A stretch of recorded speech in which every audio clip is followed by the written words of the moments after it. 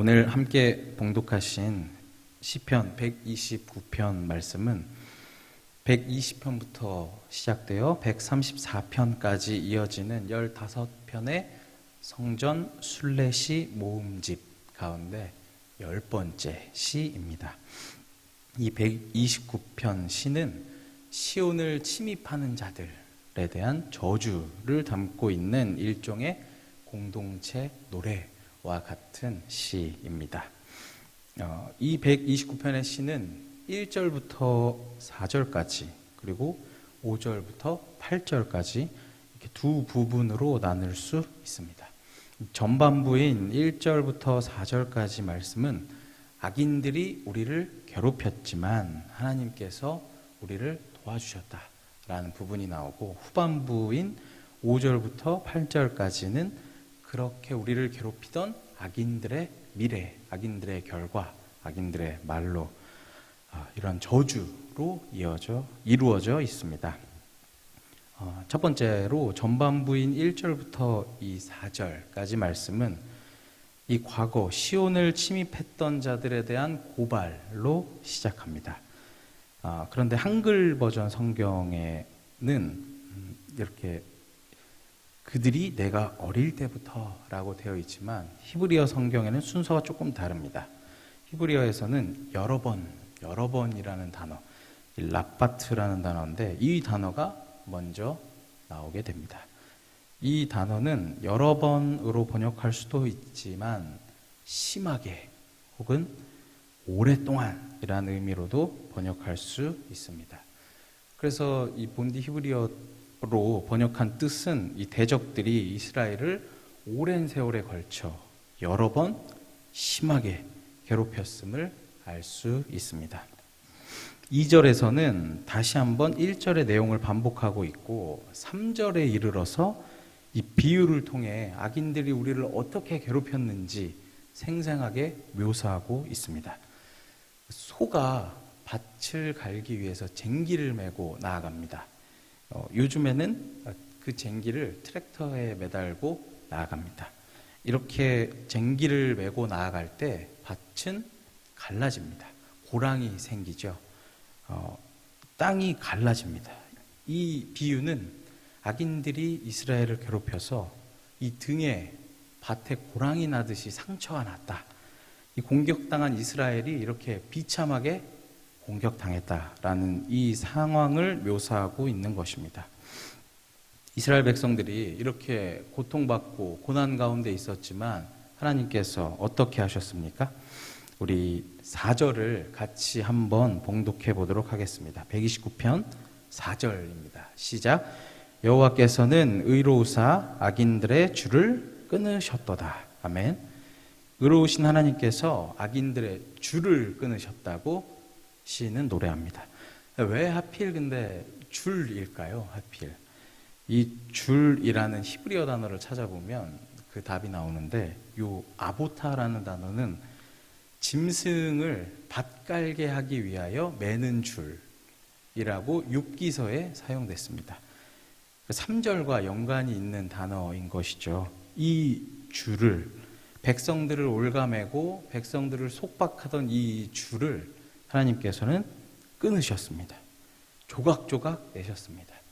다시는 이 줄을 연결할 수 없도록 조각조각 절단 내신 것입니다.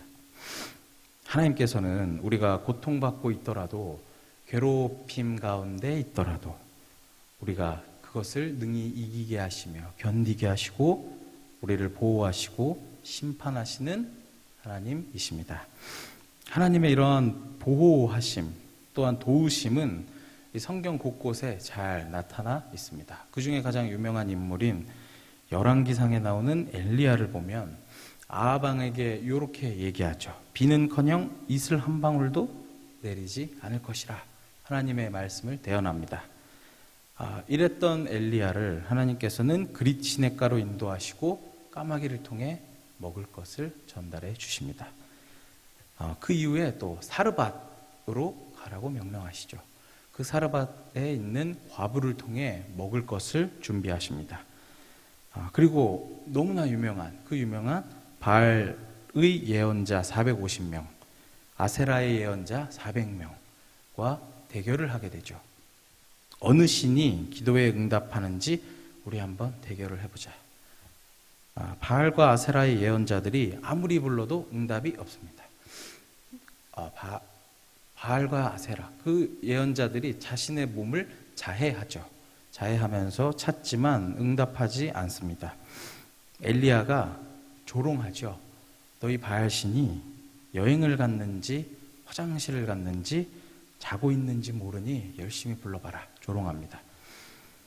끝끝내 대답이 없었죠. 엘리야가 하나님께 기도를 드리자 주님의 불이 떨어져서 재물과 나무 제단과 돌과 흙, 그 주변에 부어놨던 물까지 다 마르게 됩니다. 하나님께서는 이렇듯 주님의 백성을 보호하시고 인도하시고 악인들의 세력을 물리쳐 주시는 하나님이십니다. 이러한 하나님의 보호하심에 대한 이야기가 하나 있습니다. 옛날에 미국에 그 1800년대에는 남북전쟁이 있었죠. 너무나 유명한 한 초소에서 이 북군의 한 병사가 남군의 병사를 향하여 총구를 겨누고 있었답니다. 쏘기만 하면 이 병사는 죽는 것이죠. 방아쇠를 당기려는 그 순간 아무것도 모르고 있던 남군 병사가 노래를 하더랍니다. 그 노래가 뭐였냐면 선한 목자 되신 우리 주 항상 인도하시고 선한 목자 구세주여 항상 인도하소서, 이 찬양이었던 것이죠. 근데 이 남군 병사가 노래를 무척 잘했나 봅니다.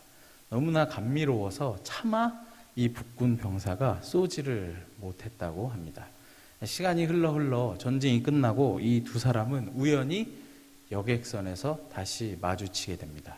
어떻게 알았냐면 요 북군 병사가 여전히 그 노래를 부르고 그 찬양을 부르고 있었던 것이죠.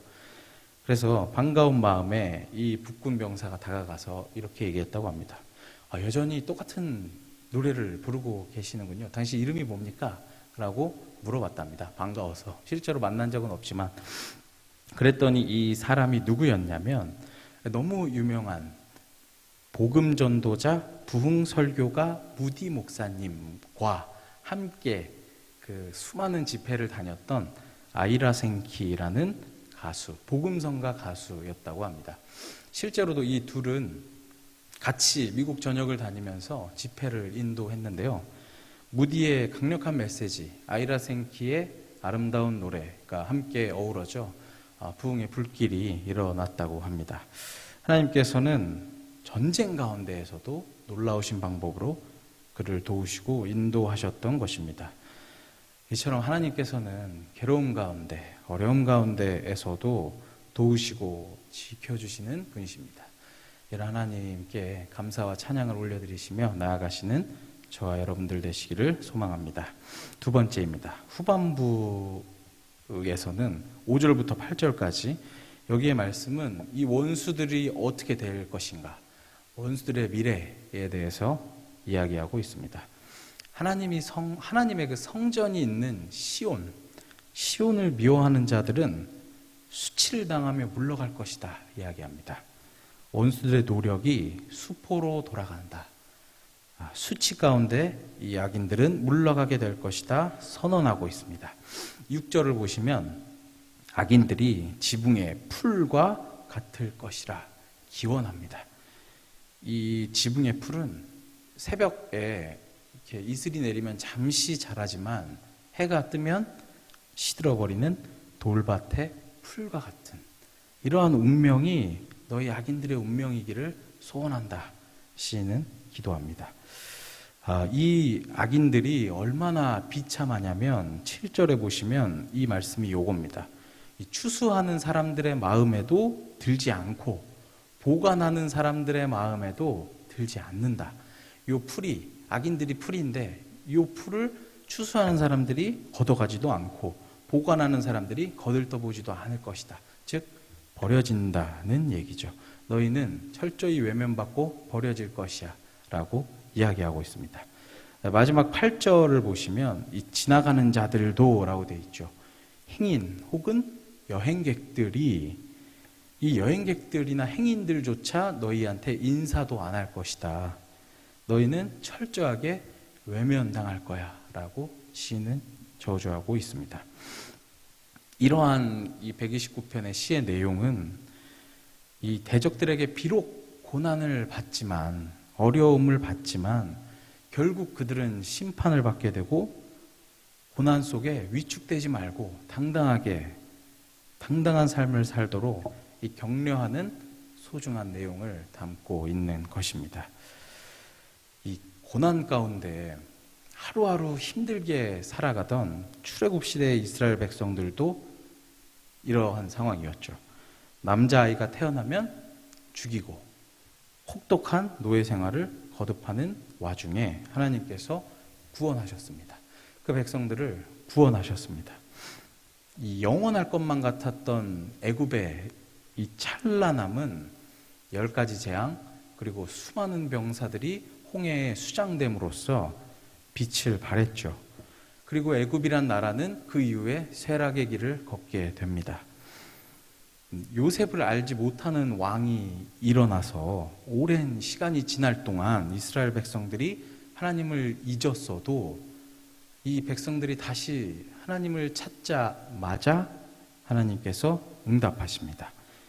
이 말씀은 너무 중요하기 때문에 같이 한번 봉독해 보도록 하겠습니다. 출애굽기 2장 24절 25절입니다. 함께 읽어보시겠습니다. 시작. 하나님이 그들의 고통 소리를 들으시고 하나님이 아브라함과 이삭과 야곱에게 세운 그의 언약을 기억하사 하나님이 이스라엘 자손을 돌보셨고 하나님이 그들을 기억하셨더라. 네, 여기까지 봉독하겠습니다. 아멘. 이 요셉을 모르는 왕이 등장할 만큼 시간이 오래 지났는데 그동안 이스라엘 사람들이 하나님을 잊고 살았지만 너무나 힘이 들어 너무나 괴로워서 하나님을 찾자마자 다시 하나님께서는 내가 너희를 기억하고 있다. 너희의 조상 아브라함과 이삭과 야곱에게 그 맺어준 약속을 내가 기억하고 있다 말씀하시며 바로 응답하십니다. 이처럼 하나님께서는 고난 가운데 있을 때 하나님 나를 잊으셨나? 하나님 나를 까먹으셨나? 라는 생각이 들어도 하나님께서는 여전히 우리를 기억하고 계시고 놀라운 건 여전히 함께하고 계신다라는 사실입니다. 이 사실을 반드시 기억하시기를 소망합니다. 사자성어 고진감래라는 말이 있죠. 고진감래. 요 사자성어의 유래는 논어에 보면 나온다고 합니다. 찾아보니까 논어에 나온다는데 이 원나라 말기에 중국의 원나라 말기에 가난한 농부의 아들이 소년이 한 명 있었다고 합니다. 총명했지만 돈이 없어서 공부를 하지 못하고 농사일만 했다고 합니다. 밥은 못 먹었는데 공부를 하고 싶어서 좋은 날이 오겠지 하며 혼자 열심히 공부했다고 합니다. 돈이 없어서 붓과 종이가 없기 때문에 숯을 들고 나뭇잎에 글씨를 쓰며 공부했다고 합니다. 이 소년의 이름은 도종의입니다. 저도 처음 들어봤는데 도종의라는 사람인데 사학자입니다. 사학자. 이 소년이 훗날 자라서 원나라에 대한 방대한 이야기를 정리하게 됩니다. 철경록이라고 하는 책을 30권에 걸쳐서 쓰게 되죠. 그 이외에도 여러 유명한 책들을 남기는 훌륭한 사학자가 되었다라는 이야기입니다. 고진감래는 이러한 유래가 있다는 것이죠. 우리 사랑하는 당진교회 성도님 여러분께서도 혹시 고난의 시간을 보내고 계십니까? 이 터널은 언젠가는 출구가 나오기 마련입니다. 아무리 추운 겨울이 오래 갈 것 같아도 결국 시간이 지나면 따뜻한 봄이 찾아오기 마련입니다. 설교를 준비하면서 찬양, 예수를 함께 하시네라는 찬양이 있습니다. 이 찬양의 가사가 떠올랐습니다. 이 가사가 이렇습니다. 고단한 인생길, 힘겨운 오늘도 예수 내 마음 아시네. 지나간 아픔도 마주할 세상도 예수 내 마음 아시네. 믿음에 눈들어 주를 보리 이 또한 지나가리라. 주어진 내 삶의 시간 속에 주의 뜻 알게 하소서. 아멘. 오늘 시편에 의로우시고 악인들을 심판하시고 우리를 도우시고 보호하시는 이 하나님을 의지하시고 또한 예수 그리스도를 의지하시며 하나님의 뜻을 구하시고 날마다 승리하시며 나아가시는 저와 여러분들 되시기를 소망합니다. 기도하겠습니다.